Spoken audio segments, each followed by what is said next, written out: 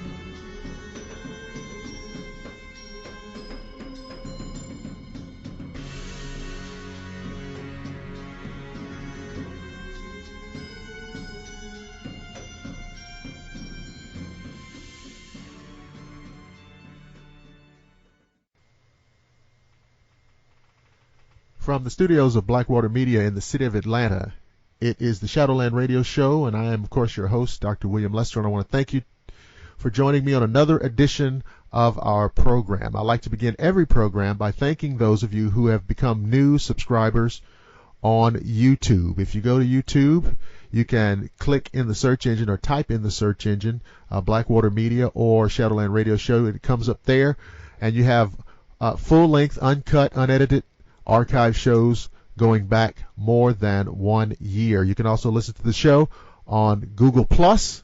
On Facebook, we have a Facebook page. Just go to Facebook and type in Shadowland Radio Show.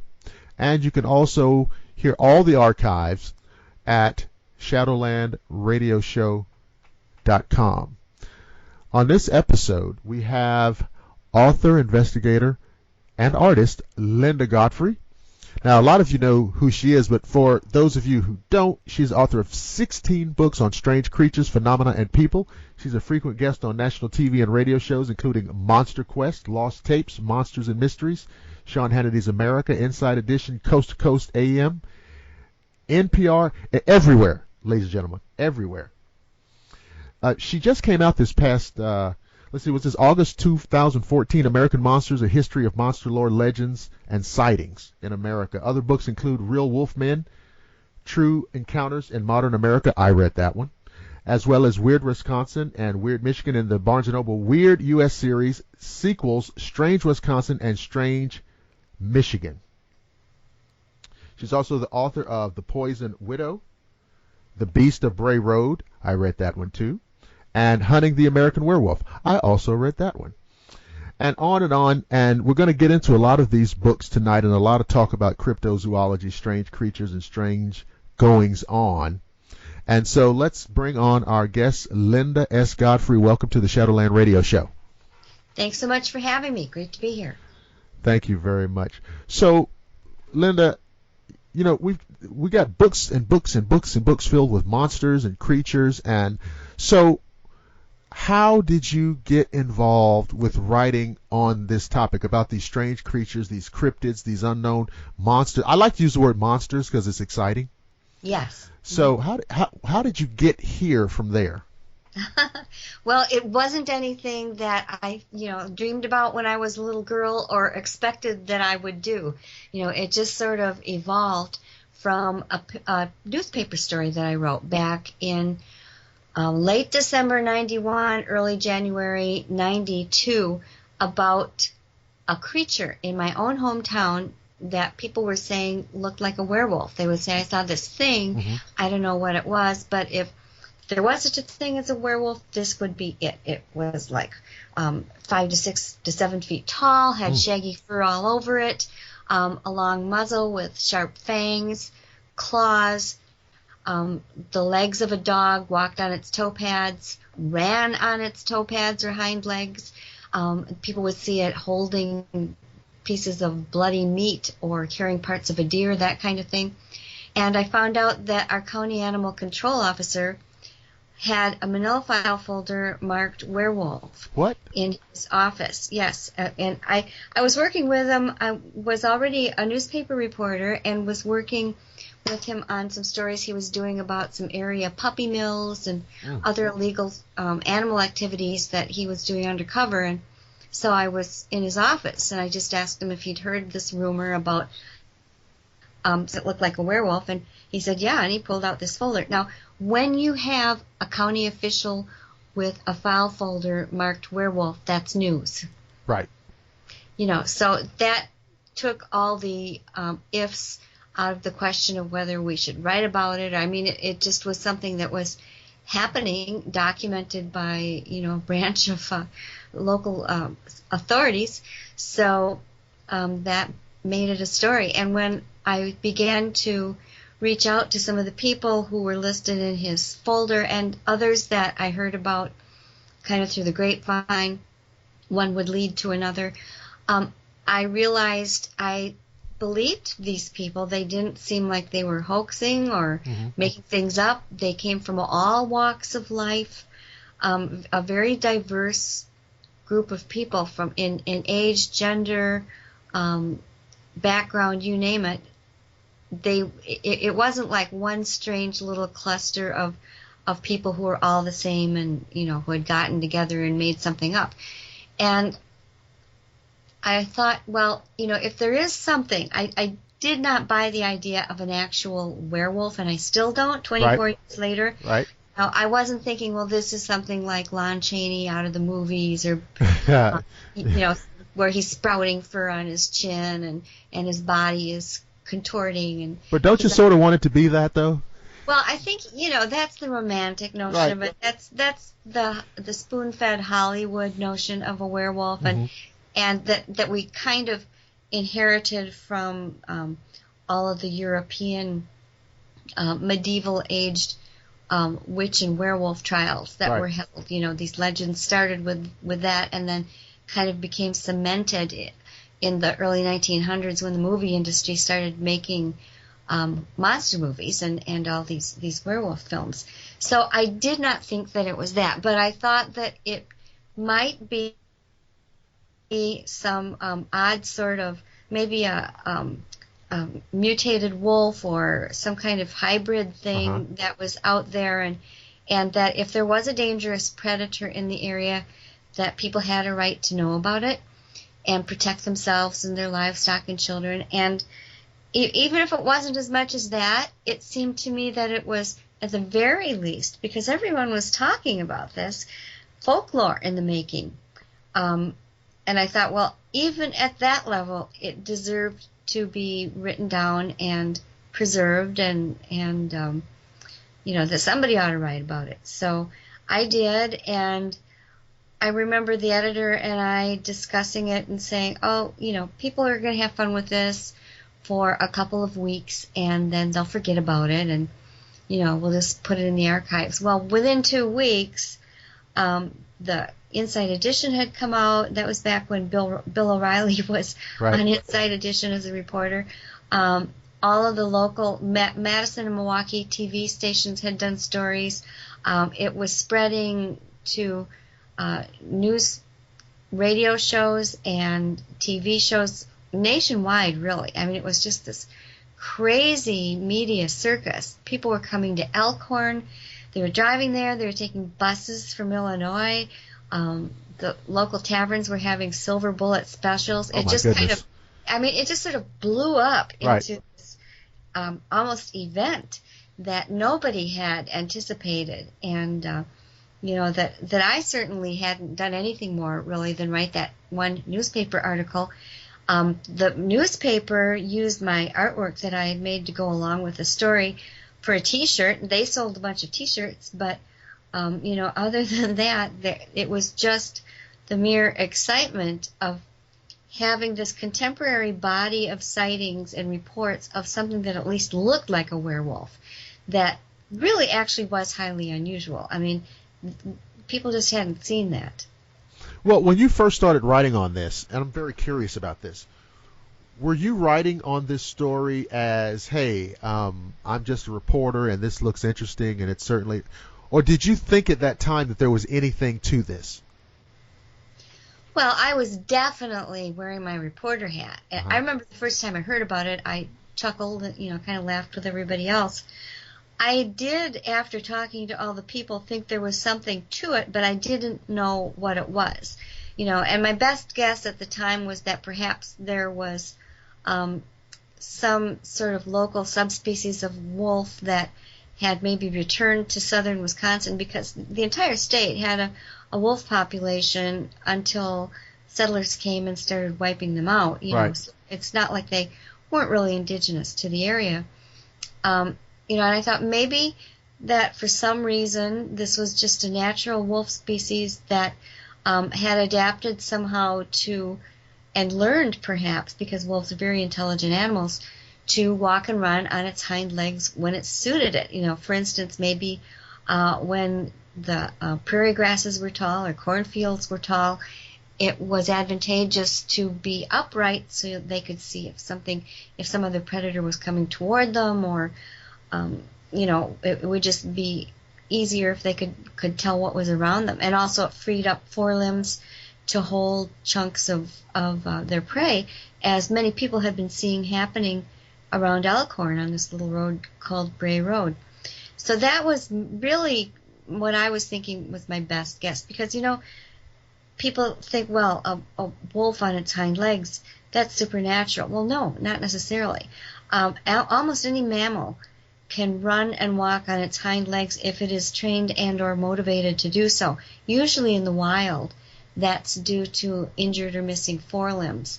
But you can go on YouTube and look up any number of dancing dogs, bipedal bears, and see great examples of four-footed animals getting around just fine on their back too, and it's not a supernatural thing. It's just unusual, and in the wild, not really known unless they're hurt or injured in some way.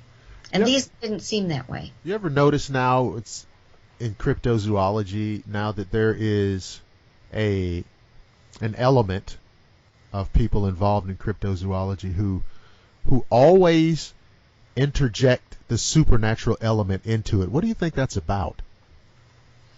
Well, that's a very complicated question. There are, as you say, some people who have a bias toward that worldview, and so anything that they look at is going to be filtered through that, and that's where they're coming from. I mean, however somebody wants to see it, I don't ever get insulted. However, right. Then there is also the fact that anytime you study these unusually behaving and appearing animals for any length of time, and I wasn't the first one to notice this, there's always going to be a certain subset of reports and encounters where that element is brought in by the witness. Right. And I happen to notice that the witnesses who were saying things like, well, its eyes were glowing red instead of the usual, its eyes were glowing yellow or greenish, which is the usual canid color. Or people who would say, well, I felt that it was, sending me some kind of a message or whatever. These people didn't seem any different than the other witnesses who were just seeing it run along the roadside or run in front of their car or, show up suddenly in a field where they were walking and one of them would go running off. They didn't seem like they were any less believable to me. And so, I didn't I was a little hesitant for a long time about making too much of those stories, although I usually included them in my book. But after a while, you get to a point where you begin to see repeated patterns and things that seemed like they might just be ordinary, misinterpreted things tend to start looking like they might have some sort of and I hate to say supernatural, but maybe a word would be scientifically misunderstood right. Characteristics. Maybe these are things that we just don't have either the scientific experience, vocabulary, or technology to interpret correctly yet. But One example would be the idea that these creatures, so many times people would say to me, well, it was looking at me in a way that made me think it thought it was better than I was, or it was superior to me, or it was trying to get across the message that if it wanted, it could jump on my car, or it could go track me and find me later if I tell anybody about it, or it was seemed angry. They very, very often ascribe these kind of human-like mental characteristics to it. You don't hear people say, well, I saw this bear and I felt like it was superior to me. Then it just started, if you apply it to normal known animals, it just seems almost ludicrous. And I finally accumulated enough of those that I started thinking, this seems to be a characteristic that appears very often. Maybe it, and I had tried to rationalize it as perhaps being people subconsciously reading the animal's body language. And that's still possible, that perhaps we are better at intuitively understanding the body language of an attacking predator. You can understand where that might be hardwired into our preservation genes, and that we then interpret it as being that message. But, the message would be so specific. One woman said, this was a young woman who was a medical transcriptionist, mother of two children, and she said, I felt that it was saying to me, if I told anyone that I saw it, it would come and get me. And she was still shaking. It scared her so badly. She started shaking and crying again as she told me about it, and this was weeks later. And I see that reaction often too, people reliving. So there's something very intense and I think a little different about the mentality. People will describe them as super intelligent, and wolves are very intelligent, dogs are very intelligent, but not really in the way that it's being described in these reports. And again, please remember, it's been 24 years. Right. I started getting reports from other places. This is not just something that happened in one little road in Elkhorn, Wisconsin. What I learned after this went national within a few weeks was that people were writing to me from all around the U.S., Canada, other countries even, and I realized that it was a very widespread phenomenon. This was not just some local thing, and that's held up to this very day. Wow. I still get, 24 years later, an average of 1 or 2 a week, sometimes more, reports from everywhere. Well, it seems as though that the conversation about this kind of creature is on the increase. And of course, this is always the question. Is it because we're paying more attention to it? Is it because we're putting more of a focus on it? Or is it because these things there's more of them out there, or more people seeing them? It's very strange. There's a whole new area of conversation about these things. And what's interesting is that there's people in the Bigfoot community, for example, who are trying to kind of grandfather this phenomena into that, which I don't understand. Yeah. And can you talk about that, because that's very strange? Well, do you mean the people that call the upright canines a snouted Bigfoot? Yeah. They have they've come up with what they believe are like categories.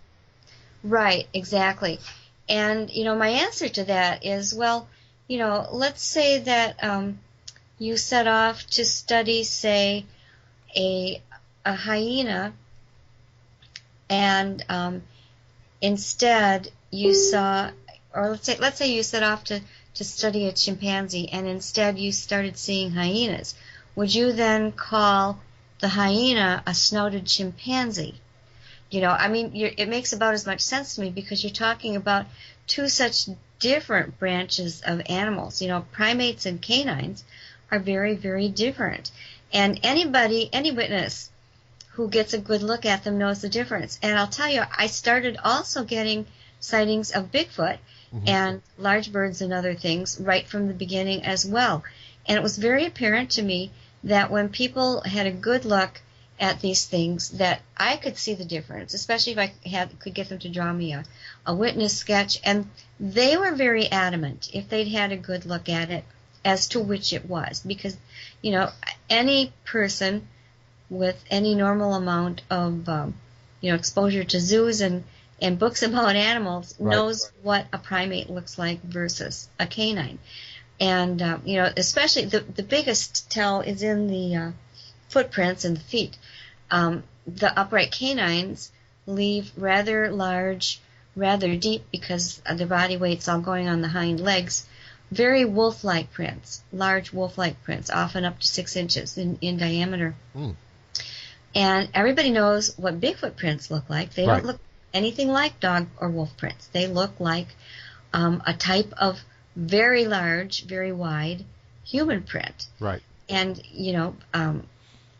one is one and the other is the other. So, but I do think that, I can kind of understand it, because so many Bigfoot enthusiasts are so dedicated to the cause and so wanting this to be proven that they want everything that might be evidence to all lend itself to this cause of proving the Bigfoot. It's kind of wishful thinking in my view, but I can kind of see where they're coming from in that way. But of course, the other and that is really one reason why I think for a very long time after I started, after this book happened, after the original story happened, and then I started writing the books, which didn't occur until 10 years after that initial article. Right. At first, other researchers, for the most part, weren't paying much attention because they were so focused on the Bigfoot. And for a long time, nobody else was really daring to sort of come out with these other different types of things, because they knew that the Bigfoot community would make fun and disbelieve. And that's really turned around. I think the internet has had a lot to do with it, because all of a sudden you have this instant means of exposure with Facebook and all the groups that are out there. And after I had written 5 or 6 books just on the topic alone, the accumulation of material started impressing people. And there were others too that had started taking note and that started receiving reports and saying, hey, yeah, I'm not just getting Bigfoot prints. People are starting to tell me about it. Nick Redfern was one of the early researchers to recognize that this was a separate category of cryptid, because he started relating them to the black dog phenomenon in Britain, and the long-standing cultural acceptance of that phenomenon there, and indeed there are some similarities between them. Wow. And I know that this topic has really picked up because of the social media. Now, when you talked about the Bigfoot researchers and the different types of tracks, now, so we are saying these upright canids, these mystery canids, these what some people are calling werewolves, they're not leaving. They don't have 5-toe tracks, right? Some do. Some do? Yeah, some do.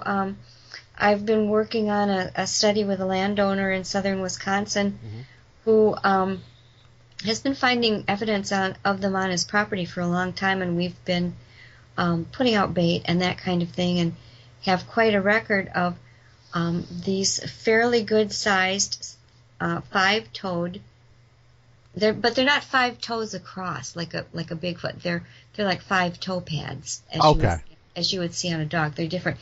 And sometimes, if the canine is running through on its hind legs something like snow or mud or very soft turf of some kind, its hock will, and especially if it's sort of springing as it runs, its hock area, which to us would be the heel or the ankle joint, because canines run on their toe pads, remember? Right. That hock joint will come down and contact the ground, and it will look like a longish, really weird stride of, tripping over my word stride there.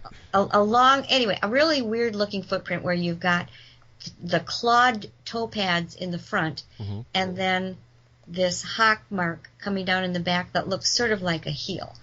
and they'll usually be about maybe 8 inches in total length. And I've had some really good examples of this. I had one in South Milwaukee, actually, where some young people had been chased by one of these, and it happened to go off the road. I followed where they showed me that it had gone off of this road where it was chasing them, and it led to a large, fresh mud area where you could see that it ran in there, surprised a deer. You could see the deer's tracks dig in and then spring out, and then the canines in the same way. It left these perfect tracks. And and I sent these around to some Department of Natural Resource experts and even a wolf expert, and he said, well, it's probably, it does look like a wolf, but sometimes they walk in their own prints, and then you get double prints. Well, these weren't, because there would have been 2 sets of claw marks right. in that case, and it was pretty obvious. But, when you go, I do try to avail myself of experts whenever I can. And the thing is that if they're an expert or considered really, highly regarded in their field, they're not going to want to jeopardize that position by coming up with anything other than the standard knowledge of zoology. And so it's really hard to get anybody to address these unusual aspects who also is a known expert in the field. And isn't that one of the real reasons why a lot of this information only barely trickles out to the public? Because, like, people who are experts, people in a professional situation, they can look at it, and I'm sure that this person who looked at these I'm sure that he recognized that this is not normal.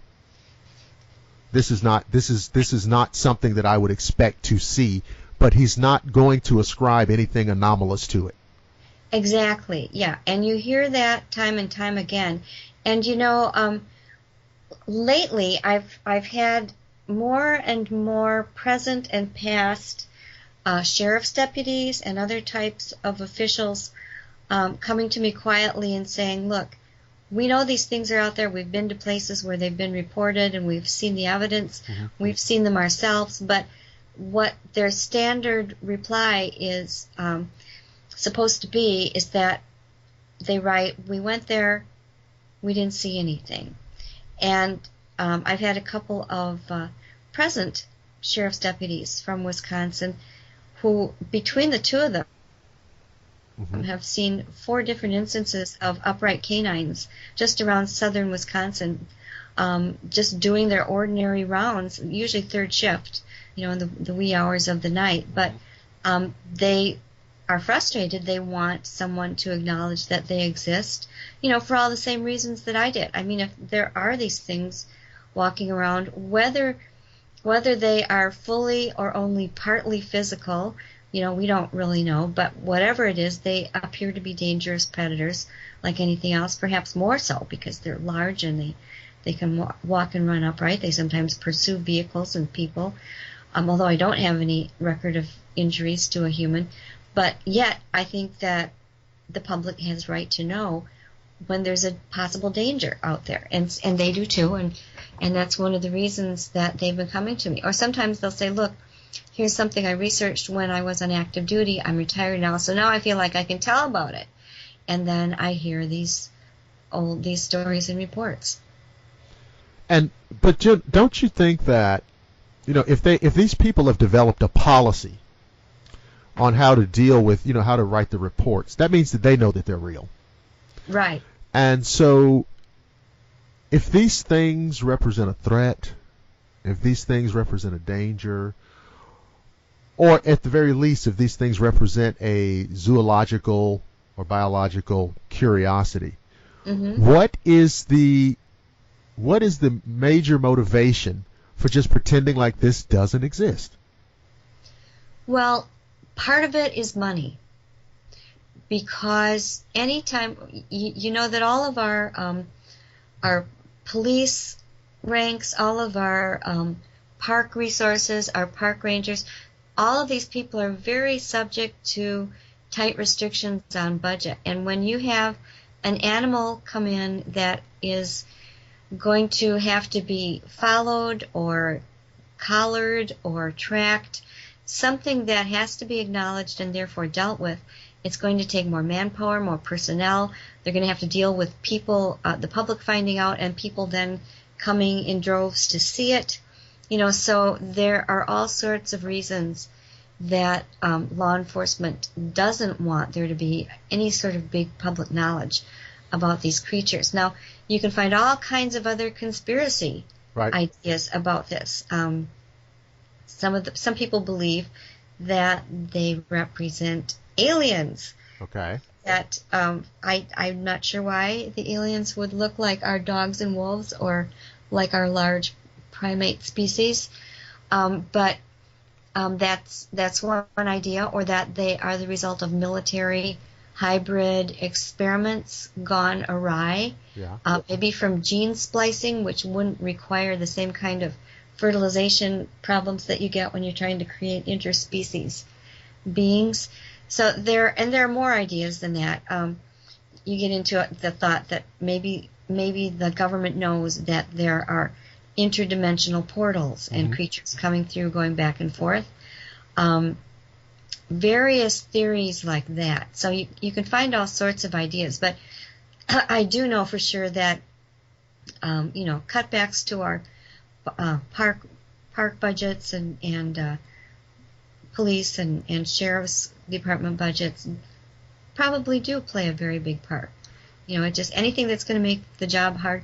There's even supposedly there's a couple of code words that all the law enforcement agencies use for these creatures, and I believe for the large upright canines it's black dog, and for the primates or Bigfoot it's black cow. Really? Because they're not going to use the word primate, because then it would be too specified. So so supposedly they picked a very, very generic animal to denote that. I can't verify that. That's just what I've heard. But isn't this dangerous? Isn't taking the position, the official position, that none of this is real? Isn't that dangerous? Because you assume that sooner or later something's going to happen. Right. That's going to be, out in the public before it can be contained or put a spin on. One would think so, and yet nothing provable ever does seem to happen. I mean, as I said, personally, I've never had anybody report an injury except for one man in Quebec had kind of a cut to his side and flank area from being grazed by the fang of a upright canine that he thought was actually just trying to get away. They're not coming in to attack you now, are they? No, that's just my little dog. I have no way of containing him, and he heard. That's okay. Heard a car door or something. But so let's see, what were we talking about? We're talking about how train of thought. Something might happen, and this gets out into the public, and nothing's really happened so far except one man in Canada who got cut up a little bit. Right, exactly. And he sent me a photograph of his scar, and it was consistent with something like a fang, a jagged-edged, pointy thing that it did indeed look like it tore up part of his side, but it's not provable by that picture what did it, so it's just sort of circumstantial evidence. There have been other reports to other people where it's been claimed that there have been injuries or people killed or whatever, and indeed, if somebody was killed and taken away and eaten, well, that would just probably become a missing persons report, and we wouldn't have any real way of knowing what happened. But I don't think that this can really be the answer to too many missing persons cases. Well, I know that they just don't match up. Although people are thinking that more and more about Bigfoot. There seems to be a growing idea that David Paulides' missing 411 books about how many people go missing strangely in our state parks and national forests. He doesn't ever say for sure, but that seems to be the consensus, that maybe that's what he's talking about. But why is it, do you think, if these things are out there, and these things are as dangerous as they look, why do you think there's not more things going on? I mean, it's kind of hard to reconcile. I mean, these look like big, strong, powerful, predatory creatures. Right, exactly. Well, and the thing is, it's a little different between these things and the Bigfoot, too, Okay. because the canines are not always upright. Some people will see them on all fours, and then they'll see somebody's looking at them, and they'll rise up on their hind legs and either run at the car or run off, and vice versa. Sometimes they're seen on two legs, and then they'll drop down to all fours. But if you saw them just on all fours, and we have no way of knowing how much of their time they spend that way, it would just look like some strange big dog or big dog wolf hybrid or something like that. Right. And maybe it's tearing up somebody's chicken coop or killing someone's dog or cat, which they are seen to do, more often than you would think, but it's just ascribed to some big stray dog. Whereas if you see a giant primate, an 8-foot tall Bigfoot tearing up your pet, you're going to have a lot different view of it, and that is going to be a lot harder to rationalize to yourself. Right. So that, I think the Bigfoot is even more problematic in that area. And it's one of those kinds of things that does drive the investigator crazy and makes you start looking at alternative explanations. And indeed, when I have been able to ask Native American people about this, because most tribes of the U.S. and Canada and down into South America all have similar creatures in their legends. And when I try to talk to people who are elders, and I was able to talk to one Ho-Chunk elder who's also an anthropologist. Okay. And then I also look for examples in some of the earliest transcribed stories from fur traders and people who were here in the 1700s that were some of the first to talk to the Native American populations and put down some of their beliefs on paper.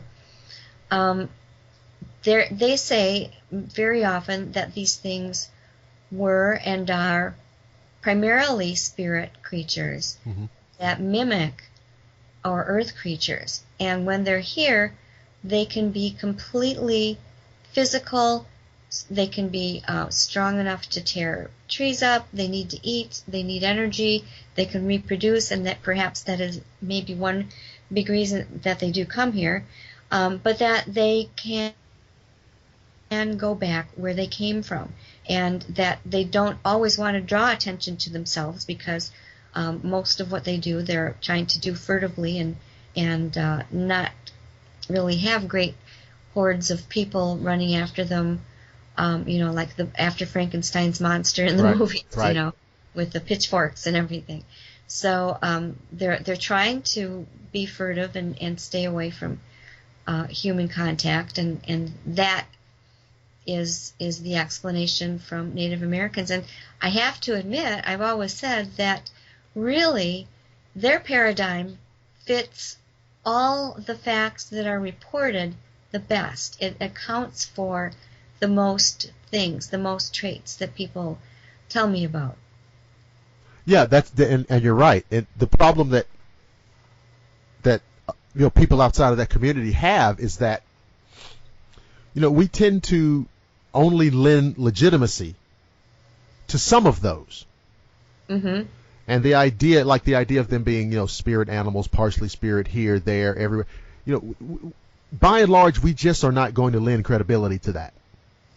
Yeah, it's hard, especially if you haven't been in the field for long enough to see all the many reports that come in describing that sort of thing. It's really hard to make that mental leap, and I can fully understand that. I really do. It's just that after a while, after so many hundreds and hundreds of witnesses in such far-flung locales, saying the same things, and then field work, too, is another thing. Trail cameras should catch an upright canine in the act of picking up a deer carcass, right, putting it over its shoulder, and climbing over or jumping over somehow a barbed wire fence. But I've been part of experiments where we've done that, and something that makes very deep canine-looking prints, large ones, evidently picks up a 60-pound deer, goes through or over a barbed wire fence, and walks across a whole cornfield with carrying this deer because it's never set down or anything, and yet the trail cam, and up to 4 trail cams at a time I'm talking about, one of those trail cams should have triggered and shown it.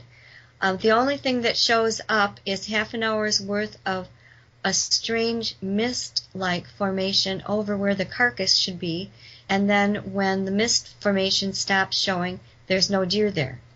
And I've seen that done over and over again. I've tried just by myself, putting bait out of different types for different things, and using my own trail camera. And at that money shot moment, when there should be a shot of something taking away whatever you've got there, the hunk of fish or the loaf of bread or whatever you've set out, I've had either a completely black picture, a completely white picture, a misty looking thing, or certain instances where something has taken the tightly fastened trail cam and somehow managed to bend it upwards away from the tree trunk, or maybe they're even bending the tree trunk, I'm not sure, just enough to remove the focus from where the bait is, and then the next frame you see, it's back on the bait focus and the bait's gone. It happens time and time again, and you can ask any investigator. It's the common experience. Why is that? Is it just such an intelligent creature? Are these things so smart that they can recognize a trail cam? Can they see infrared? Can they see all these other, can they see the electronic signature of this camera? What is it? And why would they think that they shouldn't have their picture taken? It doesn't bother bears, mountain lions. These are both very elusive creatures, and yet when there's a good enough camera on them, it takes their picture. That it's not anything that seems to bother them, as long as they don't feel it's harming them, and they don't seem to have that sort of mental leap toward the idea of, ooh, I shouldn't have my picture taken, or they'll know I'm real, which is what you get from the other things after time after time after time of trying. Could they be that intelligent? I don't know. It appears that way. You'd have to think that if indeed they exist and they are out there, and nobody yet has captured a completely clear video, other than, you can argue, maybe the Patterson-Gimlin video, that I think it looks real to me. It really does, and it's the only thing I've ever seen in a video that does. I'm very skeptical of most. Right. That one I feel could be. But other than that, you have nothing but what is popularly referred to as blob squatches. Furry, and people will suggest, well, maybe they are from someplace that is not quite in the same rate of molecular vibration that we are, and so they appear out of alignment with things taken in our physical plane. But what about the Patterson film? But there you go. Yeah, there we get a very nice, clear photo of it. And so I don't know. It's very vexing, very baffling, and you could dismiss it all except these otherwise sane, credible, normal people keep seeing them and keep encountering them, and the footprints keep appearing, and the phenomenon appears to keep recurring. So, and I don't want to put you on the spot here, but there must be something in your mind, that, what do you feel like they are?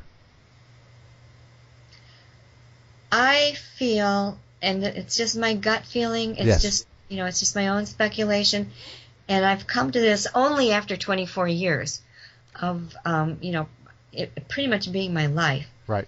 That perhaps they are from, and I hate to say from, and it makes you think of spaceships and that sort of thing. Right.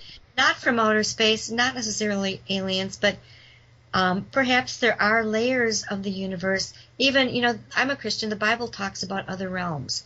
The Bible talks about spirit creatures and things that we normally would have no knowledge of, but that sometimes are made visible to us and other times can't be seen. And I think maybe it's along between those lines and our new scientific ideas about parallel universes. I'm not sure if interdimensional is exactly the right scientific terminology to use, but something that is in a slightly different state of matter and energy than we are. Just to be off enough that it can sometimes exist here and sometimes exist there. It's the only thing that makes sense of it all to me. Well, if the physicists are right in how they're talking now on all of these different programs, then that would fit in with what they're saying. Exactly. Yeah. You can translate almost directly that age-old Native American tradition of these things being in the spirit world, but they come here and make themselves manifest when they want to and need to, and then they go back to the spirit world. You can directly tie that to the idea of those, parallel universes. There's even talk of something like a bubble universe where there's one bubble that has another attached to it, and that, if you ever look at any chain of bubbles, if you've got kids and you're blowing bubbles and you get those chains of big bubbles, you can see how they sort of join here and there, and some places where those, if you can imagine those as worlds, it's a little spot where things can go back and forth, a droplet, now and then. And, how do we explain that these things can then mimic us? Perhaps they're able to work with our consciousness. Our consciousness, the science is now telling us, can be compared to quantum computers. Quantum being a very hard word to understand for lay people such as myself, but it generally people talk about that in relation to this. It generally means the idea of two things being related so that they can act upon one upon the other, despite being separated by what we would think of as space and time. It means that, and from there you can get into really heady stuff that, I just wouldn't be able to convey very personally. But there are some wonderful books that you can go out and get for laymen now that I try and read every now and then, and it's fascinating, but I don't know how we prove it at this point. That's the only thing. We can think of all these possibilities as long as we want to, and in as many cases as we want to, and we still are not at the technological point where we could, even if we did somehow capture one of these things, maybe we designed a perfect electronic box that would block them from leaving or going anywhere, that would cage them, and then we could look at them and hopefully let them go. I'm not in this kill everything just to find out what it is sort of camp at all.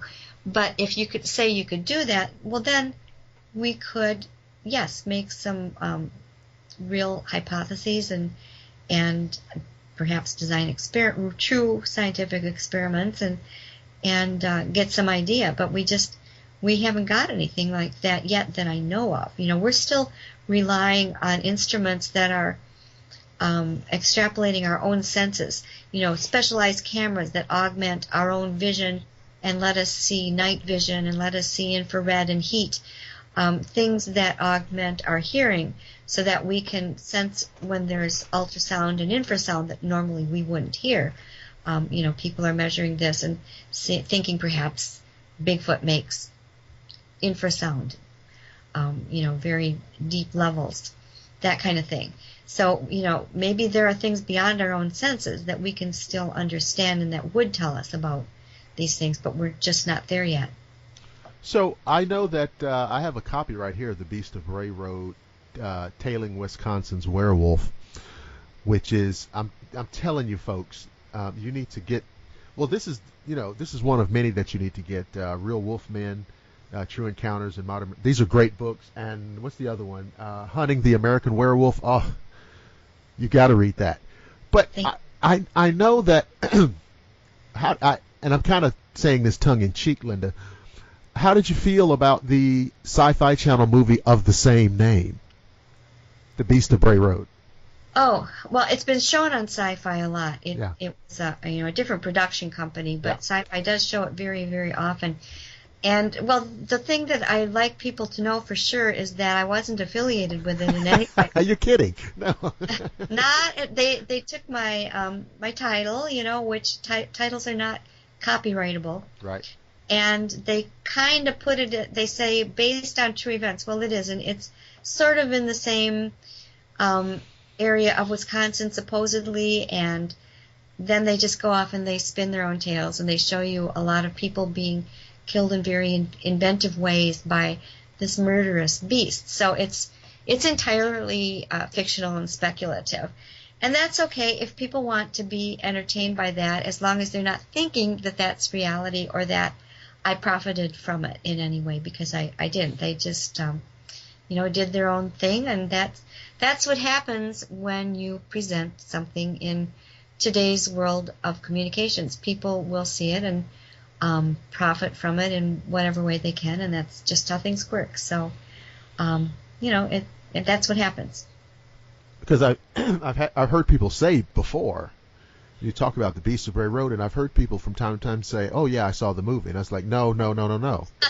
No, you don't know anything about it.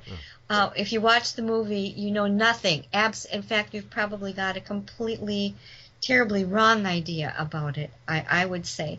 And the same thing happens with, there are many, many internet sites that maybe they have listings of monsters or, are up there for different reasons, and they'll have a paragraph about what the Beast of Bray Road is, and it's almost always 99% wrong, just very off in all of the facts. And really, that film, it's a horror movie, everybody. It's a horror film. Yes, and kind of a lower, I hate to say grade B, but what they used to call a grade B horror slasher type of film. Yeah, that's what it is. And so Linda, let's tell everybody how to get all of the books, because I know I probably missed some of the titles. We've got, let's see, what's the newest one that came out? What's the latest one? The latest one is American Monsters. Okay. Which is A History of Monster Lore, Legends, and Sightings in America. Exactly. Yeah, and it's a pretty thick book. I kept coming up with more and saying to my publisher, please, can I just put in another couple thousand words?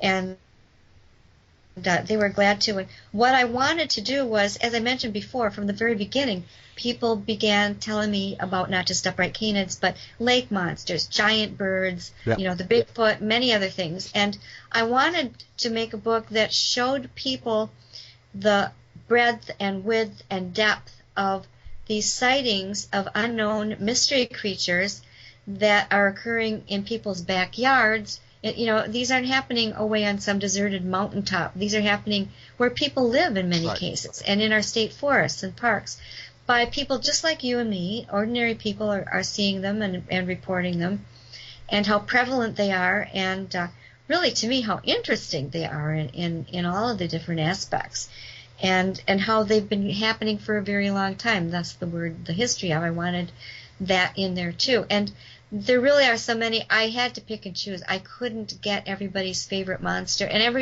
every few weeks I'll still get a note from somebody saying, well, how come you didn't include the Tennessee lurkey turkey or something like this? I know. Yeah, everybody, they feel like they've been slighted if you don't include their local monster. Exactly. And so many people have local monsters. That's the other big surprise, that it's really a pretty common phenomenon.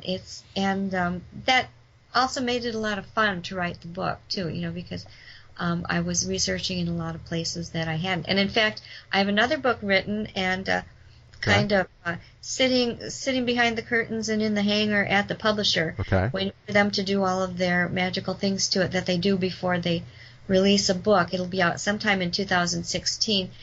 They haven't decided on a particular title yet, but I will say it's quite different from the other books, because I'd reached the point where I finally wanted to do a whole book on what I call the stranger side of strange creatures. So this is, let alone the fact that they're already unknown mystery creatures. Some of the reports, and they're from credible people who signed statements saying, attesting legally that what they told me was factual and true, are just on the really bizarre side, and they fall into categories. There are certain types. It wasn't all that hard to arrange them. But so this book, I think, will open quite a few eyes, and may be rather controversial, but, I think that I don't like to just bar a whole arm of knowledge from what I've collected just according to my own biases. I once you only make public things that agree with your own worldview, then you're just writing to your own biases, and then you're not really researching. Right. You're preaching and you're proselytizing for your own view, and I still have enough of that reporter in me that I don't want to do that. So we're going from weird to really, really weird. That's pretty much it. Yes. In this next book coming up. In the quest, right. So is anything else? Well, first of all, before I ask that question, is it easiest for people who want to pick up any of these titles to Amazon you or go to your blog, or what should they do?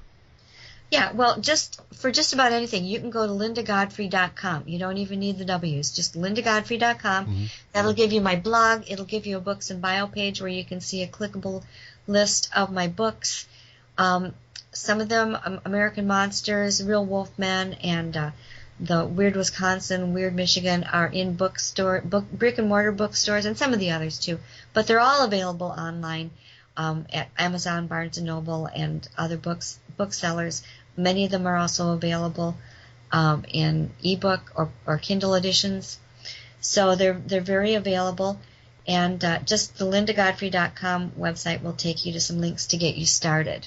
Okay, so listen, guys, that's it right there. lindagodfrey.com. That's all you need to know. Everything's there. Information about Linda, information about her books, how to get the books, and everything that she's got going on. So we are amazingly at the end of another edition of the Shadowland Radio Show. Our guest has been Linda Godfrey. Let's run down some of these book titles again. American Monsters, A History of Monster Lore, Legends, and Sightings in America. Real Wolfmen, True Encounters in Modern America. The Beast of Bray Road, Tailing Wisconsin's Werewolf. The Michigan Dogman. We also have Lake and Sea Monsters and Mythical Creatures. So, you're going to get all you want. If you're into cryptozoology and monsters, Linda's got it all for you. So, I want you to remember, you can listen to the show on Facebook. If you go to Facebook and just type in Shadowland Radio Show, you're right there. Everything's archived. Also on Google+. Also on YouTube. Our YouTube channel is called Blackwater Media. And all of these shows are archived there going back to, I think, June of 2014.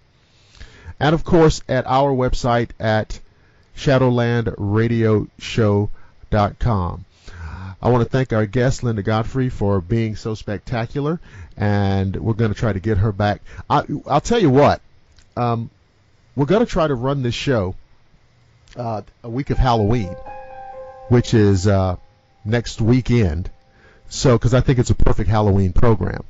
So look out for that. In the meantime, I want to remind you, don't freak out, don't panic, don't have a hissy fit, and don't fear, because I promise I will see each and every one of you again on the flip side.